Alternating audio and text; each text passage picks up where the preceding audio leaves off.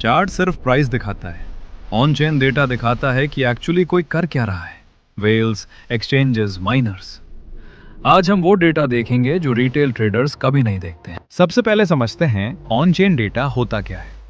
Blockchain पे हर transaction public होता है, मतलब हम देख सकते हैं कि कॉइन्स कहां से कहां जा रहे हैं, कौन से एड्रेसेस अक्यूमुलेट कर रहे हैं, कौन से डिस्ट्रीब्यूट कर रहे हैं। ये डेटा प्राइस से पहले सिग्नल देता है।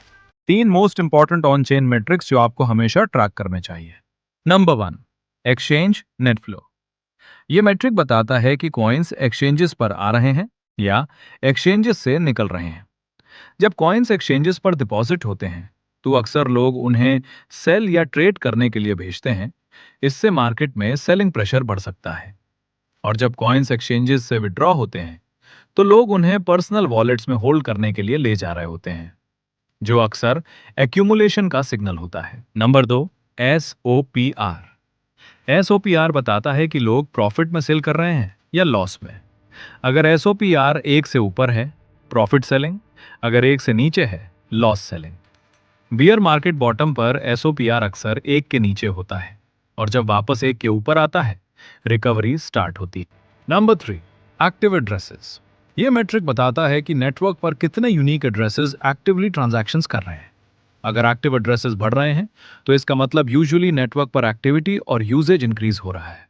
और जब नेटवर्क एक्टिविटी ग्रो करती है तो वो लॉन्ग टर्म में एडॉप्शन और इकोसिस्टम ग्रोथ का सिग्नल हो सकता है। अब एक रियल एग्जांपल देखते हैं।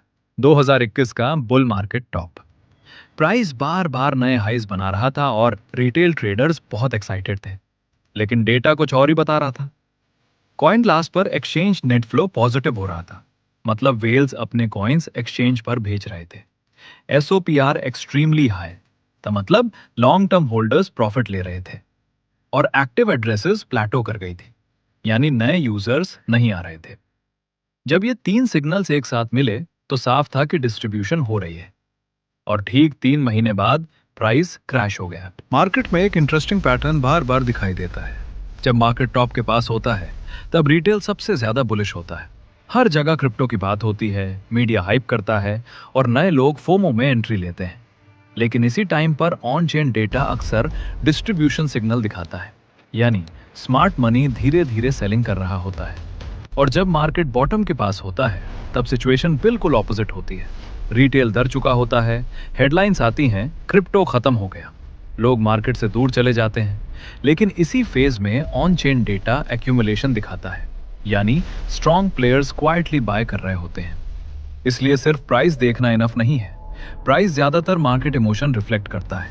On chain data real behaviour दिखाता है और मार्केट में अक्सर बिहेवियर पहले चेंज होता है, प्राइस बाद में। 3 मैट्रिक्स जो आज से कॉइन ग्लास पर बुकमार्क करो।